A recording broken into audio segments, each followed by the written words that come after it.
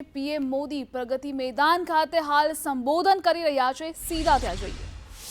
ये सारी ऑफिस में वहां उनकी अगर वर्किंग एनवायरनमेंट अच्छा होता है तो आउटकम भी बहुत रहता है, लेकिन ये ऑफिस शिफ्ट करने की वजह से कई एकड़ भूमि, इतनी बड़ी मूल्यवान भूमि ये फ्री हो गई और जिसमें लोगों के लिए सहूलियत के काम भी चल रहे हैं।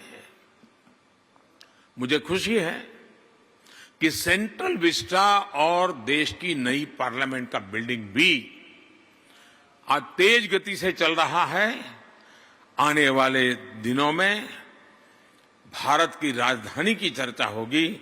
हर हिंदुस्तानी इस बात को गर्व के साथ कहेगा, ये मेरा पक्का विश्वास है।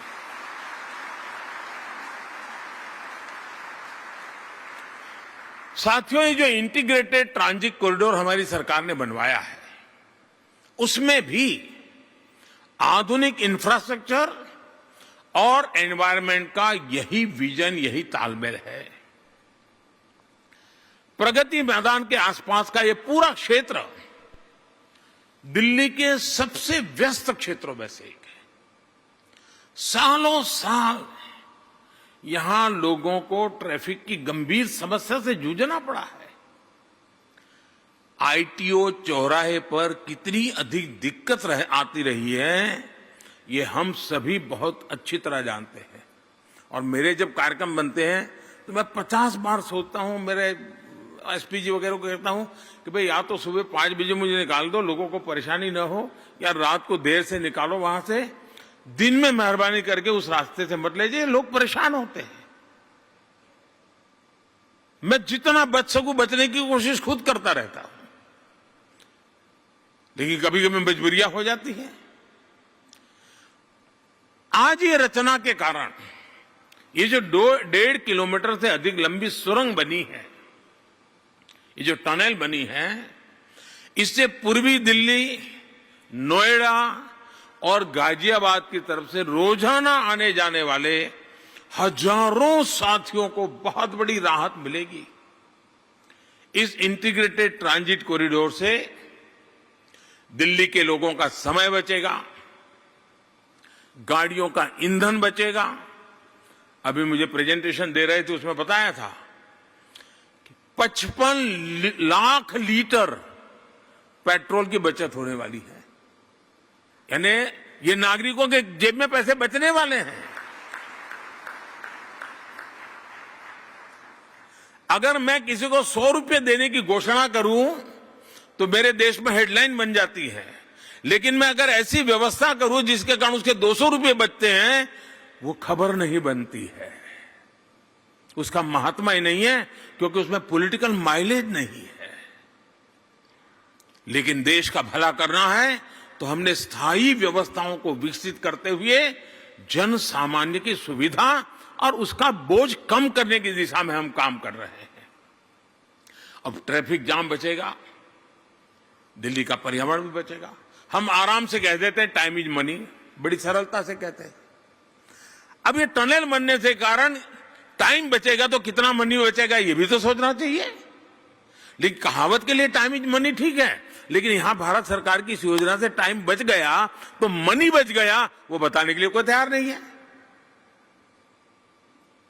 यानी हमने सोचने के तरीके को भी,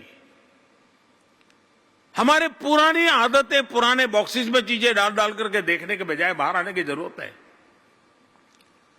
एक अनुमान है कि जितना इस कॉरिडोर की वजह से प्रदूषण कम होगा, वैसा करने के लिए, जैसा हमारे पीयूष भाई ने बताया, 5 लाख पेड़ से जो मदद मिलती है, वो मदद इस टनल के कारण मिल जाने वाली है।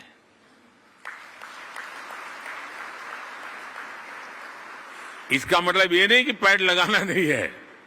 और मुझे खुशी हुई कि इस प्रोजेक्ट के साथ पेड़ लगाने का कार्यक्रम भी हुआ यमुना के तट पर, और वो भी काम पूरा किया ना, डबल बेनिफिट ले लिया है। हमारी सरकार नए पेड़ लगाने के साथ ही जिन वजहों से प्रदूषण बढ़ता है उसमें से कितनी कमी कर सकते हैं, टेक्नोलॉजी का उपयोग करके कैसे कर सकते हैं, उस दिशा में काम कर रहे हैं।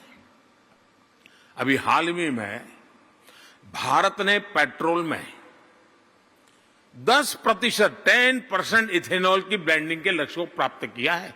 ये बहुत बड़ा अचीवमेंट है जी। भारत की रिक्वायरमेंट का 10% इथेनॉल, गन्ने से बना हुआ, वेस्टेज में से बना हुआ इथेनॉल आज हमारी गाड़ियां दौड़ा रहा है, हमारी गति को ताकत दे रहा है। और ये भी काम हमने, हमारा जो टारगेटेड टाइमिंग था उससे भी पहले कर दिया, कई महीने पहले पूरा कर दिया। पेट्रोल में इथेनॉल ब्लेंडिंग का यह अभियान हमारे प्रदूषण कम करता है, हमारे किसान की आय को भी मदद करता है, क्योंकि उसका जो वेस्ट है वो यहां से बेस्ट उपयोग में आ रहा है। साथियों, दिल्ली एनसीआर की समस्याओं के समाधान के लिए बीते 8 सालों में हमने अभूतपूर्व कदम उठाए हैं। बीते 8 सालों में दिल्ली एनसीआर में मेट्रो सेवा का दायरा 193 किलोमीटर से करीब 400 किलोमीटर तक पहुंच चुका है, डबल से भी ज्यादा।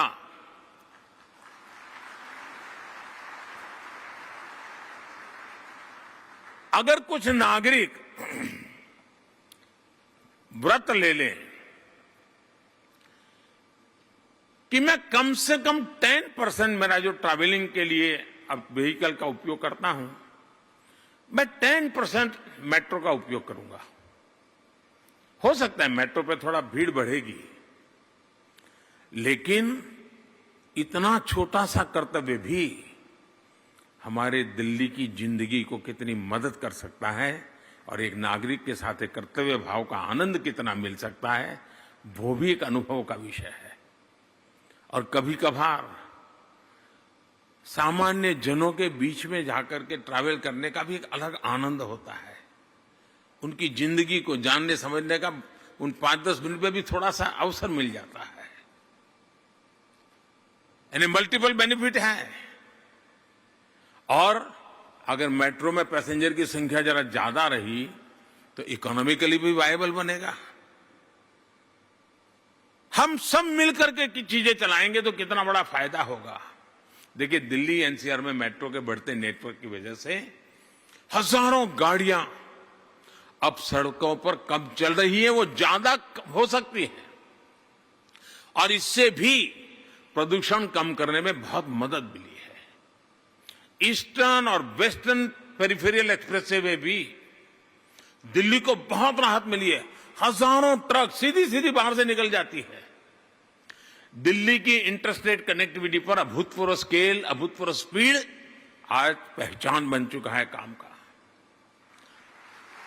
अब देखिए, दिल्ली मेरठ एक्सप्रेसवे ने दिल्ली मेरठ के बीच की दूरी को सिर्फ 1 घंटे भर में पहुंचा दिया है। पहले के किसी लोग जो हरिद्वार ऋषिकेश जाने की आदत रखते थे और देहरादून जाने की आदत रखते थे, 8-8, 9-9 घंटे लगते थे। आज 4 घंटे, 4.5 घंटे में आप वहां पहुंच जाते दिल्ली से निकल करके।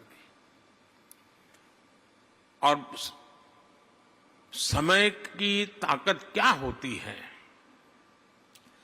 मैं अभी काशी रेलवे स्टेशन पे गया था, वहां का सांसद हूं तो जरा, और वहां भी लोगों को तकलीफ ना हो तो रात को 1-1:30 बजे चला जाता हूं।